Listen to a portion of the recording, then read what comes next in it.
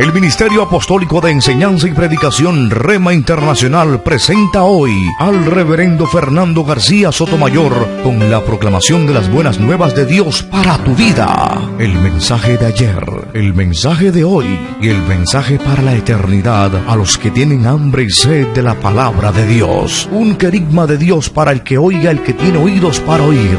Escuche el dabar del Eterno a las naciones. Ahora es el tiempo para recibir el rema del Espíritu Santo a tu espíritu. Escuchemos con fe la memra del Señor para el alma.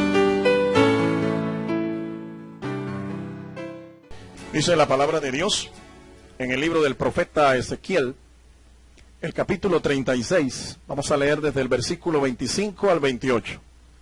Libro del profeta Ezequiel, capítulo 36, versículos 25 al 28, y dice la Sagrada Escritura así: esparciré sobre vosotros agua limpia, y seréis limpiados de todas vuestras inmundicias, y de todos vuestros ídolos os limpiaré.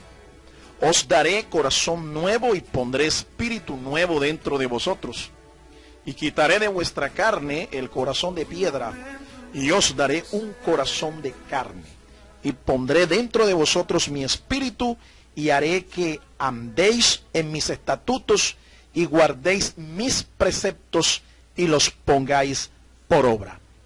Dios nos bendiga por esta palabra. El título de esta disertación: poderoso Pentecostés profético. Los profetas de la antigüedad vislumbraron el tiempo en el cual su nación sería restaurada de su estado de miseria espiritual. Estamos hablando de aquellos profetas que les tocó la dura tarea de advertir, de amonestar y de anunciar el juicio de Dios por causa de la desobediencia del pueblo de Israel. En medio de esa desolación, en medio de un panorama tan terrible en el que el juicio caía por causa de la desobediencia, los profetas siempre contemplaron en su mensaje un mensaje de esperanza, la oportunidad de la restauración y la oportunidad de salir del estado de miseria espiritual en el que se encontraban. Ellos vislumbraron ese tiempo, un tiempo de una edad de oro, un tiempo en el que la bendición de Dios se derramaría como ríos en medio de ellos. Ese tiempo de restauración cobijaría no solo a su nación, sino al mundo entero. El historiador San Lucas nos dice en el libro de los Hechos, capítulo 3, versículos 19 al 21, así que arrepentíos y convertíos para que sean borrados vuestros pecados, para que vengan de la presencia del Señor tiempos de refrigerio, y Él envíe a Jesucristo, que os fue antes anunciado, a quien de cierto es necesario que el cielo reciba hasta los tiempos de la restauración de todas las cosas de que habló Dios por boca de sus santos profetas, que han sido desde tiempo antiguo.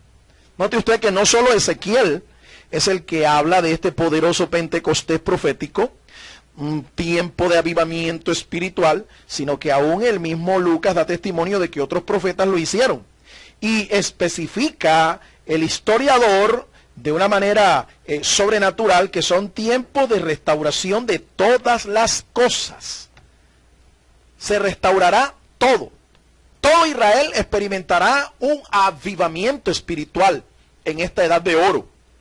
Sin embargo, las Escrituras nos muestran que Israel está endurecido espiritualmente en este tiempo, que los cristianos, los maestros especialmente de la palabra de Dios, del cristianismo, llaman un tiempo de gracia, la dispensación de la gracia.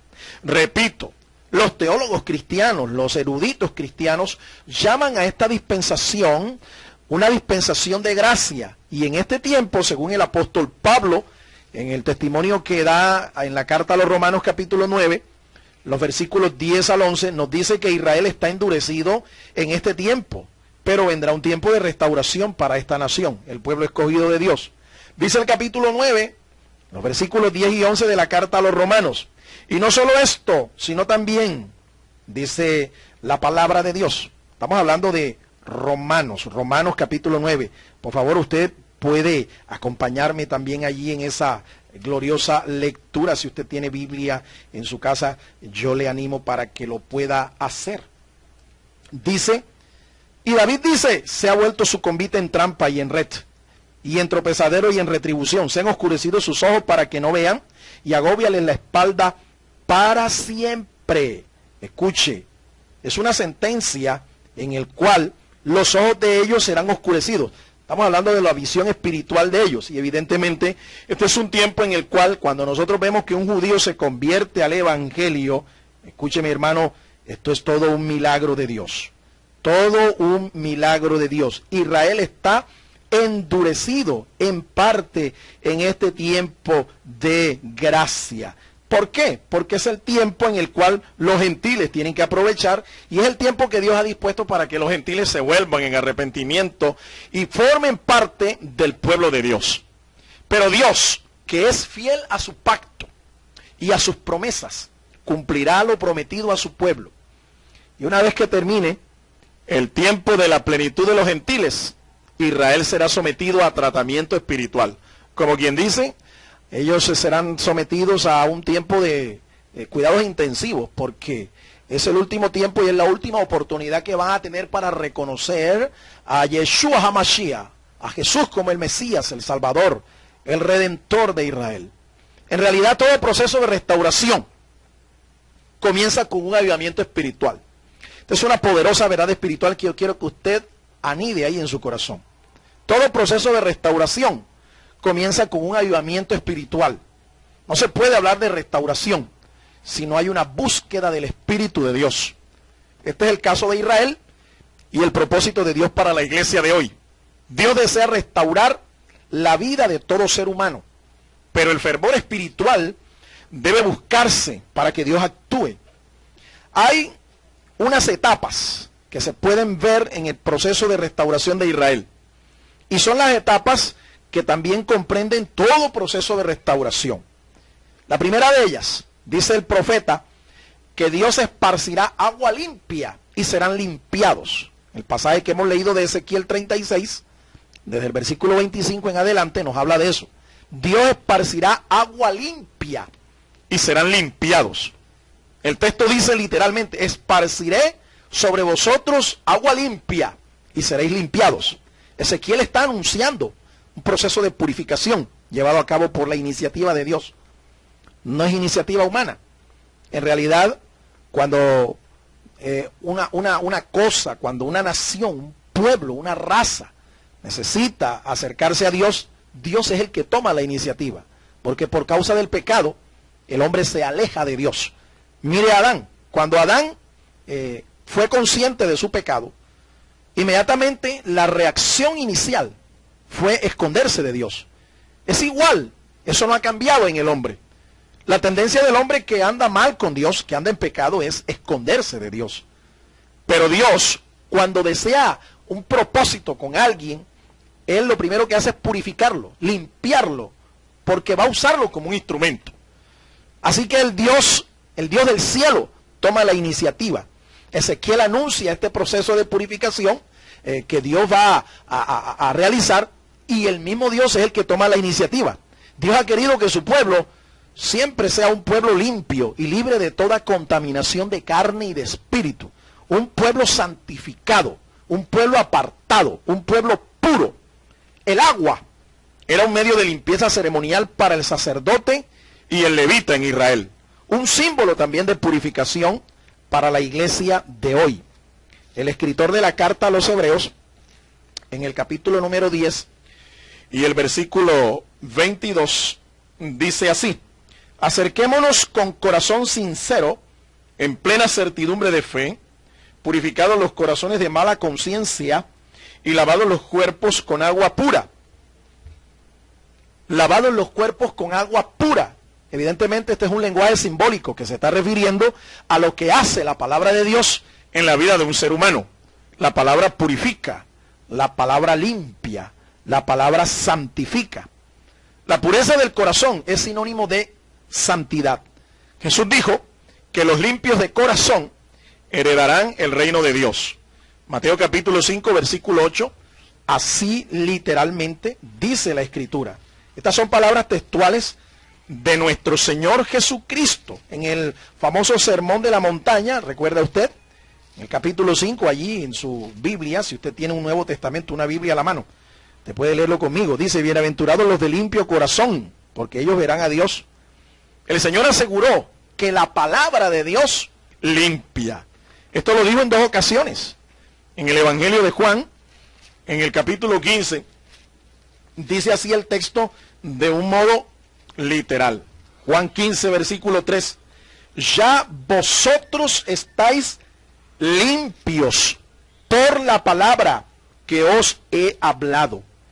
Y en el capítulo 17 y el versículo 17 dice el Señor: santifícalos en tu verdad, tu palabra es verdad. Esta fue la oración sacerdotal de nuestro Señor Jesucristo, orando por los suyos, orando por los que iban a ser sus discípulos. Él le pedía al Padre que lo santificara en la verdad. La palabra que él hablaba era la verdad, que lo santificara entonces en la palabra. Quiero entonces aquí aplicar algunas verdades espirituales. La primera es que Dios busca y promueve la santidad en sus hijos, porque esta es su naturaleza. Un padre quiere que sus hijos se parezcan a él. Por eso siempre va a promover algún tipo de acción que encamine a sus hijos a parecerse a él, moral, como persona, en fin, en todos sus actos, que sus hijos se parezcan. Por eso es que se dice el famoso refrán que de tal palo, tal astilla, que el hijo del tigre sale pintado o rayado. Es que Dios busca y promueve la santidad en sus hijos, porque esta es su naturaleza. Dios es un Dios santo y quiere que sus hijos también sean santos. La segunda verdad o aplicación que quiero hacer de esta palabra, de estos textos, es que Dios proveyó medios de purificación en la antigüedad. Estos medios eran el agua, la sangre y el aceite. Estos son símbolos de los medios presentes de santificación. ¿Cuáles son los medios presentes de santificación? Su palabra, la sangre de nuestro Señor Jesucristo, vertida allí en la cruz, y el Espíritu Santo. Estos son los medios o símbolos presentes a través de los cuales el hombre puede alcanzar hoy santidad, pureza de carácter. Acuérdese, mi estimado, que sin santidad nadie verá al Señor. Así que ser santos es una prioridad delante del Señor. Esto es lo que Dios quiere. Dios quiere esparcir agua, Dios quiere esparcir su palabra. ¿Para qué? Para limpiar, para santificar. Porque el proceso de restauración comienza aquí. Comienza con el proceso de limpieza. Así que hay que limpiarse con la palabra, limpiarse con la sangre de Cristo y santificarse con el Espíritu de Dios. El segundo proceso o la segunda etapa de este proceso es que Dios creará un corazón nuevo. Un corazón nuevo. Y esto es apropiado. Si hay una persona limpia, si hay un medio limpio, un ambiente limpio, entonces Dios crea un corazón limpio, un corazón nuevo. El texto dice: os daré corazón nuevo. ¿Para qué? Porque es que sin un corazón nuevo no se puede agradar a Dios. Para tener un corazón nuevo hay que remover el antiguo corazón. En el nuevo nacimiento se recibe una naturaleza regenerada, un nuevo corazón, lo cual quiere decir que es indispensable realmente nacer de nuevo. Algunas personas piensan que nacer de nuevo es cambiarse de una religión a otra, y no se trata de eso. En el caso de Nicodemo, un sabio de Israel, un maestro de maestros en Israel, él tenía su propia religión, era un fariseo. Dice en el Evangelio de Juan capítulo 3, en el versículo 1 en adelante, que él era un rabí, un maestro de maestros, un principal entre los judíos, y era fariseo de la escuela farisaica. Este vino a Jesús de noche e identificó a Jesús como un rabí. Le dijo: rabí, sabemos que has venido de Dios como maestro, porque nadie puede hacer estas señales que tú haces si no está Dios con él. Jesús entonces le responde a Nicodemo, no con un halago, no como con una palabra de identificación con lo que el rabino Nicodemo había dicho, sino que le dice de una vez cuál es el punto neurálgico de este gran sabio de Israel. Le dijo que tenía que nacer de nuevo, Jesús respondió y le dijo, de cierto te digo que el que no naciere de nuevo no puede ver el reino de Dios. Lamentablemente Nicodemo, con su percepción natural, no pudo comprender esta palabra. Y Jesús le reitera en el versículo 5, de cierto te digo que el que no naciere del agua y del espíritu no puede entrar en el reino de Dios. Nicodemo no entendía que era un cambio de religión lo que necesitaba. Nicodemo lo que entendía o debía entender era que necesitaba un corazón nuevo, que Dios le quitara ese corazón religioso, tradicionalista y fariseo que tenía y le pusiera un corazón nuevo, le renovara su corazón. La renovación del corazón hace sensible al hombre al Espíritu de Dios. Mi estimado hermano y amigo, usted que me está escuchando y de pronto no es cristiano y le suenan estas palabras como más allá del sol, le suenan estas palabras como ultraterrestres, quiero decirle, es que usted no puede entender esta palabra, usted no puede entender este mensaje hasta que usted no nazca espiritualmente de nuevo, hasta que usted no tenga una experiencia espiritual renovadora con el Señor Jesucristo. Esto es lo que lo hace a usted entendido en la palabra de Dios y un hombre sensible al Espíritu de Dios. Las Escrituras muestran que Dios mudó el corazón de un rey llamado Saúl y este fue cambiado en otro hombre. Eso es lo que hace Dios. Allá en el primer libro de Samuel, el profeta Samuel, en el capítulo 10 y el versículo 9, dice la Escritura que el Espíritu de Dios vino sobre este hombre llamado Saúl y este hombre fue cambiado, fue mudado su corazón y fue cambiado en otro hombre. Esto es un nuevo nacimiento, mi estimado hermano, y esto es lo que se necesita. Ser cambiado en otro hombre, pero como el producto de haber tenido un encuentro con Dios. Dios te dará entonces un corazón nuevo. La única forma de tener un corazón nuevo es nacer de nuevo, como hemos dicho, por el poder del Espíritu de Dios y la palabra de Dios. Cuando nosotros somos regenerados, somos convertidos en templo del Espíritu de Dios y podemos andar guiados por Él. Mientras que el hombre no viva esta experiencia, jamás podrá mirar al cielo y decir que Dios es su Padre.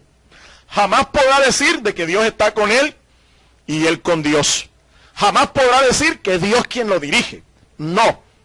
De la única manera en que usted sea convertido en templo de Dios y la presencia de Dios mora en usted y usted pueda ser guiado por el Espíritu de Dios es que usted haya nacido espiritualmente de nuevo. Dios siempre ha deseado reinar en nuestro corazón. Por eso el clamor del autor de los proverbios no es realmente el clamor del autor de los proverbios, es el clamor de Dios. En el libro de los proverbios, en el capítulo 23 y el versículo 26, dice el proverbista inspirado, dame, hijo mío, tu corazón y miren tus ojos por mis caminos. Este no es el clamor del proverbista, este es el clamor de Dios nuestro Padre. Él quiere que tú le entregues tu corazón. ¿Por qué? Porque quiere cambiártelo en uno nuevo, quiere renovarte, quiere hacerte un nuevo hombre, quiere hacerte un hombre sensible a su espíritu. Él quiere darte un nuevo nacimiento. Así que todo proceso de restauración demanda esta segunda etapa. Permitir que Dios construya, te dé un nuevo corazón. La tercera etapa, en este proceso de restauración dice la Escritura que Dios derramará su espíritu. Pondré dentro de vosotros mi espíritu, dice el Señor. Un espíritu nuevo vivificará a la nación israelita. Un espíritu nuevo vivificará a esta nación. Yo quiero decirle que Dios no se ha olvidado de su pueblo y que Él cumplirá sus pactos con su pueblo.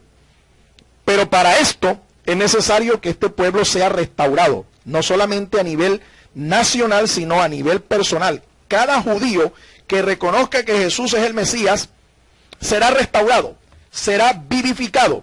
Esto llegará a su momento, llegará a su tiempo, aunque ya este mover espiritual ha comenzado. En el mundo entero ya hoy se está predicando de una manera abierta el mensaje del Evangelio a los judíos. Y ha nacido un movimiento, un mover entre el pueblo judío que se llama el judaísmo mesiánico. Este movimiento judaísmo mesiánico es el inicio, el albor de un gran clímax ministerial de restauración que se va a dar en medio de esta nación, en medio del pueblo de Israel. Baruch Hashem Adonai, bendito sea el nombre del Señor. Dice el profeta Ezequiel en el capítulo 37, los versículos 8 al 10. Y miré, y he aquí tendones sobre ellos, y la carne subió, y la piel cubrió por encima de ellos. Pero no había en ellos espíritu. No había en ellos espíritu. Y me dijo, profetiza al espíritu. Profetiza, hijo de hombre. Y di al espíritu, así ha dicho Jehová el Señor. Espíritu, ven de los cuatro vientos y sopla sobre estos muertos y vivirán. Y profeticé, como me había mandado. Y entró espíritu en ellos, y vivieron y estuvieron sobre sus pies un ejército grande en extremo. Evidentemente es la visión de la restauración del pueblo de Dios, el pueblo de Israel. Pero escúcheme, esta restauración ya comenzó en el año 1948, cuando las Naciones Unidas, mediante una resolución, el día 14 de mayo, declararon una nación soberana a Israel, y ellos volvieron a su territorio después de 20 años de andar errantes por el mundo, de 20 años de diáspora, de dispersión. Pero esta restauración solo ha sido política, económica, social y militar. ¿Sí? Pero falta la más importante. Falta la restauración espiritual. Y esto se va a dar una vez que la iglesia de nuestro Señor Jesucristo sea levantada de esta tierra. La promesa de Dios dada a Israel se ha cumplido parcialmente en la iglesia. Estos tiempos de restauración han empezado parcialmente en la iglesia. Yo quiero notar aquí que la iglesia comenzó en medio de los judíos. En el libro primero de los Corintios, la primera carta del apóstol Pablo a los Corintios, el versículo 19, dice así la palabra de Dios. ¿O ignoráis que vuestro cuerpo es templo del Espíritu Santo, el cual está en vosotros, el cual tenéis de Dios, que no sois vuestros? Pablo está diciendo aquí que cada persona, judío o gentil, que reconozca al Señor Jesús como su Salvador, como su Mesías, inmediatamente es perdonado. Dios crea en él un nuevo corazón, pero no solo eso, sino que Dios derrama su Espíritu en él y lo hace templo del Espíritu. Déjeme decirle, este derramamiento será un derramamiento nacional en Israel una vez que la iglesia sea levantada al cielo. Entonces Dios tratará con este pueblo. Durante 7 años ellos pasarán su momento más amargo en la historia de su existencia. Pero también al final de este tiempo amargo vendrá un tiempo glorioso, un tiempo de derramamiento del Espíritu Santo. El día de la fiesta nacional del Pentecostés, dice la Escritura, según el libro de los Hechos, capítulo 2, que 120 discípulos del Señor recibieron la llenura del Espíritu. Ellos eran los primeros frutos de una cosecha de hijos espirituales de Dios, renacidos para anunciar esta vida al mundo muerto en delitos y pecados. Eso dice el libro de los Hechos, en el capítulo 2, los versículos 1 al 4. Pero esto corresponde a una profecía dada por un gran siervo de Dios, el profeta Joel. En el capítulo 2, los versículos 28 al 32 del libro del profeta Joel, estaba anunciado este derramamiento sobrenatural del Espíritu. Derramamiento, repito, que se dio parcialmente el día de la festividad nacional de Pentecostés. Pero se dio no con todo Israel, sino con 120 discípulos. La primicia. Estos 120 conformaron la primera yeshivá del cristianismo, pero nacido entre el pueblo judío. Nótelo usted. La primera escuela que fue reconocida como la secta de los nazarenos o la secta del camino. Estos fueron los primeros frutos sobre los cuales esta bendición profética, este poderoso Pentecostés profético, comenzó a cumplirse. La vida espiritual comienza cuando el Espíritu de Dios toma su lugar en nuestras vidas. Mientras tanto, estamos muertos espiritualmente. Cualquiera que me oiga esta verdad, se la quiero reiterar, porque el Espíritu es el que le está hablando a usted. Tu vida espiritual comienza cuando el Espíritu de Dios toma su lugar en tu vida. Mientras tanto, estás muerto espiritualmente. Santiago, uno de los escritores sagrados, dice en su carta, en el capítulo 3, una epístola que es universal, el versículo 8. Pero ningún hombre puede domar la lengua, que es un mal que no puede ser refrenado, lleno de veneno mortal. Y dice el versículo 18, y el fruto de justicia se siembra en paz para aquellos que hacen la paz.